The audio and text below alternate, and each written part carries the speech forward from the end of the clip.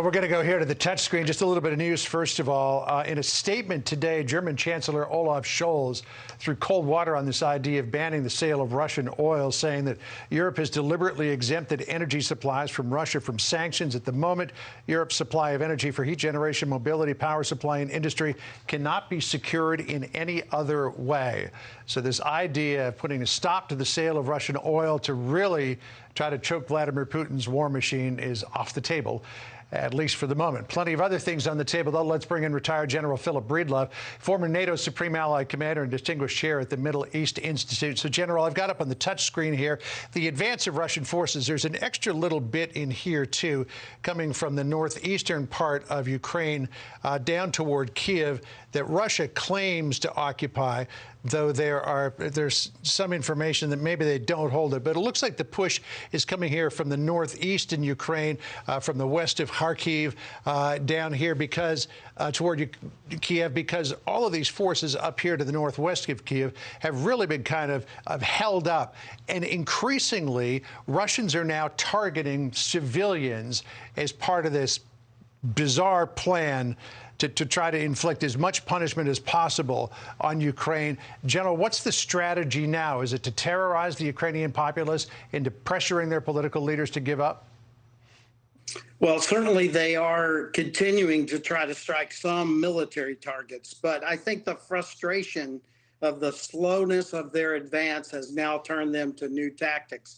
And what we see is very much a war now on the population of Ukraine, and now beginning to pinch on the population of Kyiv.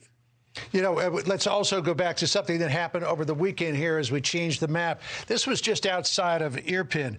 This is the P30 highway. Irpin's up here to the northwest, and people are coming down along this road here, the P30 highway. This bridge has been taken out to try to stop an advance of Russian forces. And it was right about here in front of an Orthodox church that some sort of a shell, we believe it was probably a mortar shell, could have also been an artillery round, landed in the street and killed 4 people who were trying to escape the fighting in Irpin. It was a mother and her 2 children, and then a family friend who was traveling with them. I mean, if you're resorting to these tactics where you're targeting routes that refugees are trying to flee back toward Kiev here, I mean, you're putting such a strain on the population here that you are committing what could be considered to be war crimes that we don't think that Putin is ever going to stand trial for them, but his commanders might.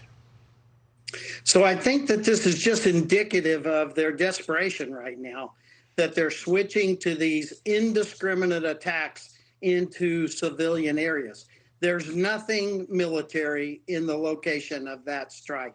I saw it on TV. It looked like a mortar strike to me as well.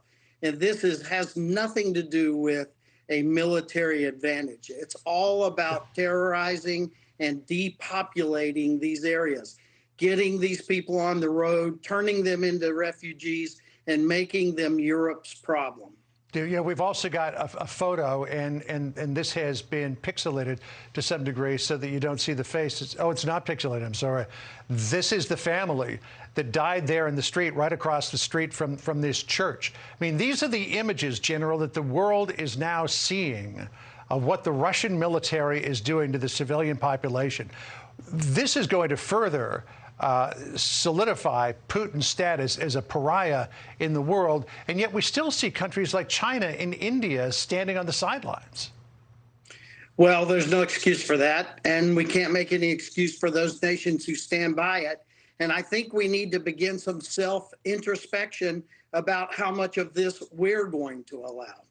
Right. Let me switch down to the south, because this is where a lot of action has been taken and a tremendous amount of fighting. But the Ukrainians continue to put up a brave resistance here. Out of Crimea came these forces, which took over Kherson. We do know that that's fallen to Russia. There is still a battle here for Mykolaiv, and then up into the northeastern area here in Mariupol, there is still a lot of fighting. They have not yet gained control of that city. But I think, General, it's probably safe to say that the ultimate goal of the Russian forces is to cut off Odessa. That would give them access here to the Black Sea ports. It would give them access to all the ports here in the Sea of Azov.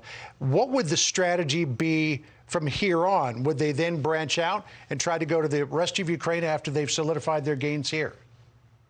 Well, first of all, when they cut off and if they cut off Odessa, that's the last port that Ukraine has. So Ukraine will be a landlocked nation, and that will have devastating effects on their economy.